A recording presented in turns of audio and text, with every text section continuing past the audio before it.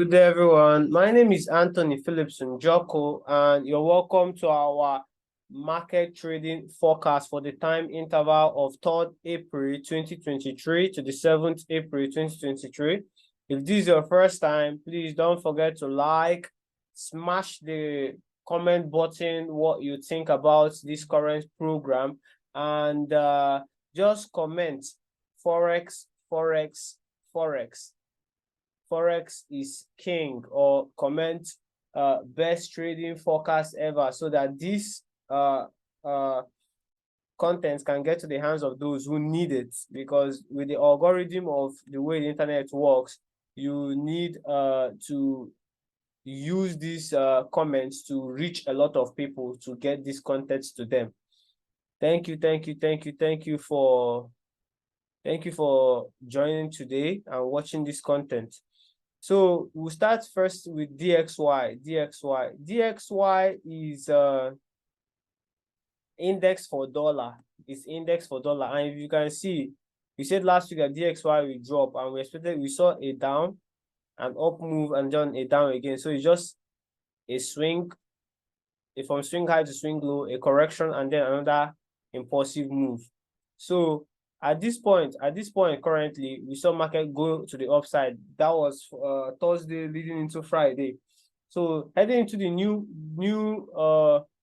month candle, which is the month of April, I can see DXY have a bit of push to the downside, sell structure from this point, and then another buy structure from this point before it has the full sell structure down into this H4 validation point. Why I see this sell structure is because we have this bearish H4 validation candle, which market needs to fulfill some efficiency there before we move to the upside. Overall bias is a sell for DXY. Overall bias is a sell for dollar. I'm not in for a long-term buy on dollar currently due to macro economy going on in the dollar region, with the whole banking crisis and not being sure of if they are going to hit a recession very soon. So meanwhile, if I'm not buying dollar more and I expect dollar to go down, which means that at this point, I also expect Euro USD to have two directional bias. I expect Euro USD to go up to feel efficiency here and drop. When it drops, it might not drop and reach to this point. And be mindful, this week Friday is meant to be NFP, non-farm payroll, and last year's NFP was quite low for the dollar. So last month's NFP was quite low for the dollar. So I won't be surprised if this month's NFP would be low for the dollar as well. So what I expect is I have two expectations for Euro USD. Either the market goes up to full efficiency at this point, because there's liquidity lying here. Our trade was not executed on Friday, so I expect market to come back here and execute our trade. It was not executed. I still know where my entry is, so I'm going to place my bias where it's meant to be. After that, I will then expect market to drop. So market will drop from that point down into this validation point. There's a bullish order block over here that I don't feel the efficiency. But if that doesn't happen, I have a second bias. And this bias is just giving me this mindset not to trade anything that has to do with dollar, to be honest. I expect market to go up and break this high. Euro to go up and break this high. But before it breaks that, it needs to give us some buy structure to break this high before I see this drop. So that is it. I expect it to just go up, go down, and then go up again. Go up, go down, then go up. So I'm more interested on the buys for Euro.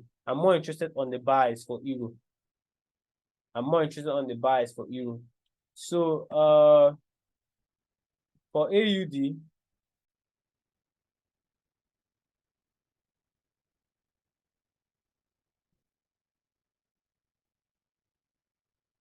This is AUD. So my bias is for a buy setup, either the first setup or second setup. As for this point, we see a running flat. This structure over here is a running flat. And mainly running flats are more like propellers. They are propellers that propel a currency to move more to the upside. So my first bias is this. At this point, I see this H4 validation point, which market use and fulfill the efficiency. And we have this new validation point here. We market deep down into it on last week and is currently close to it again. So for me, I'll be expecting buy setups. And when I see my buy setups, I'll be taking the buys. When I see my buy setups, I'll be taking the buys from here to this upside into this other block. Or I expect market to go up, break down, go into this bullish validation point or other block, and then boom to the upside before we get to this bearish other block. So that's what I see for AUD USD. So another pair is USD JPY.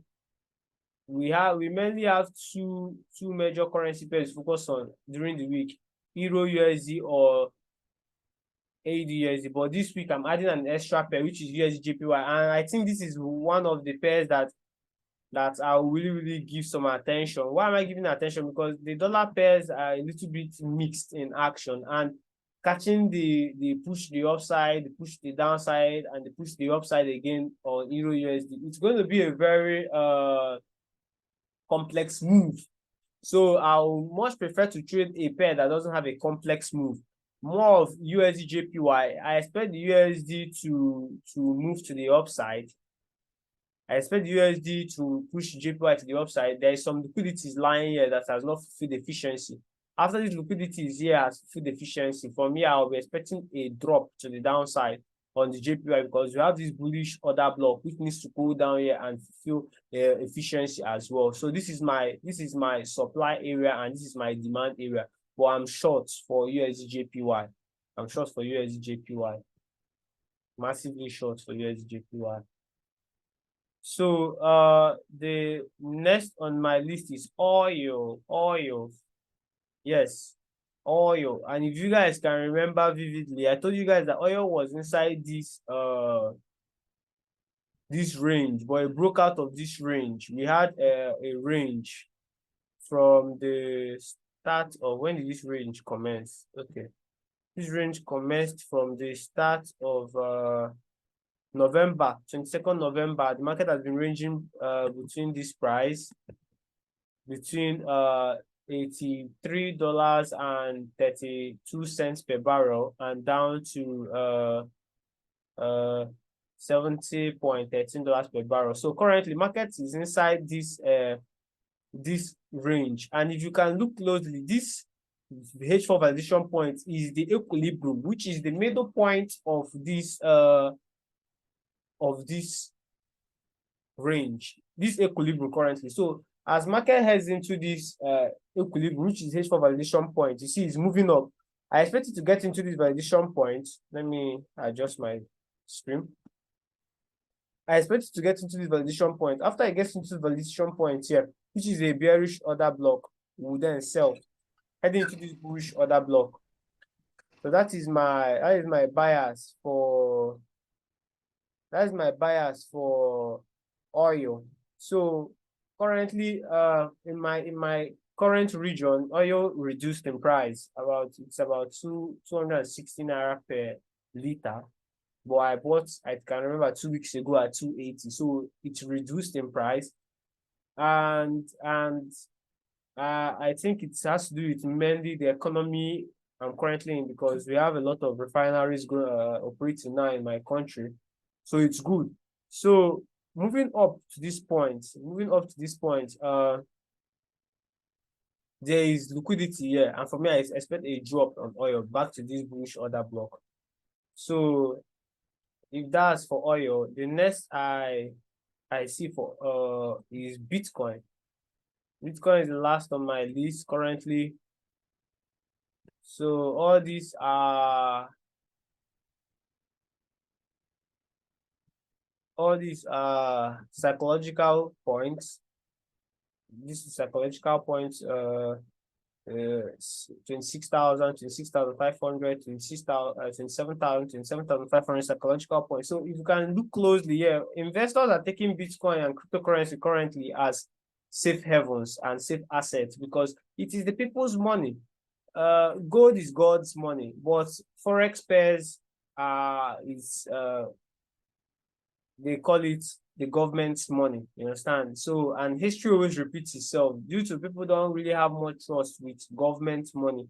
They created their own money, which is Bitcoin, cryptocurrency, digital currency, which is people's money. And from here, we expect market to move up, go down. And as I can look closely here, there's a lot of accumulation going on between these points. There's an accumulation of buy stop and sell stops, accumulation of buy stop and sell stops.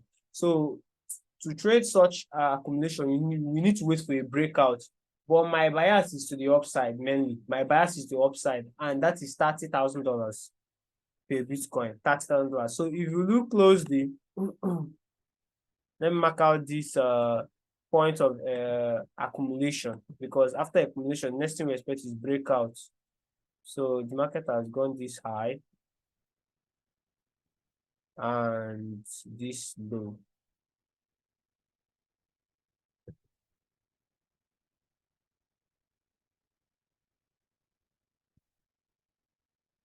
Yeah. So this is the accumulation. So any breakout, you see, this is an ascending wedge.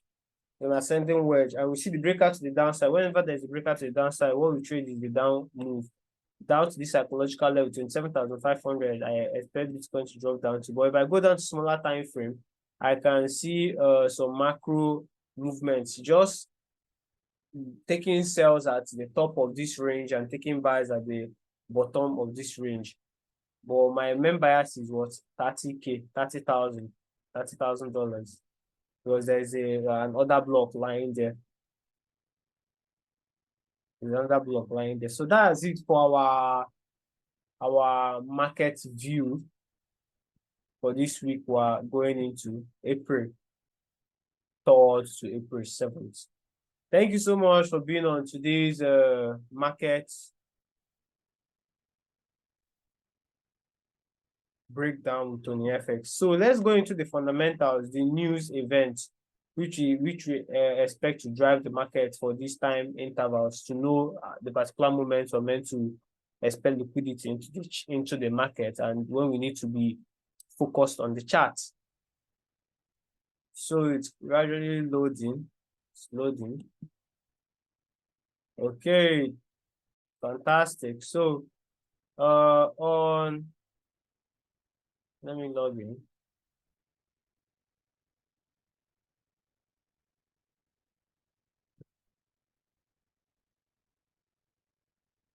Okay.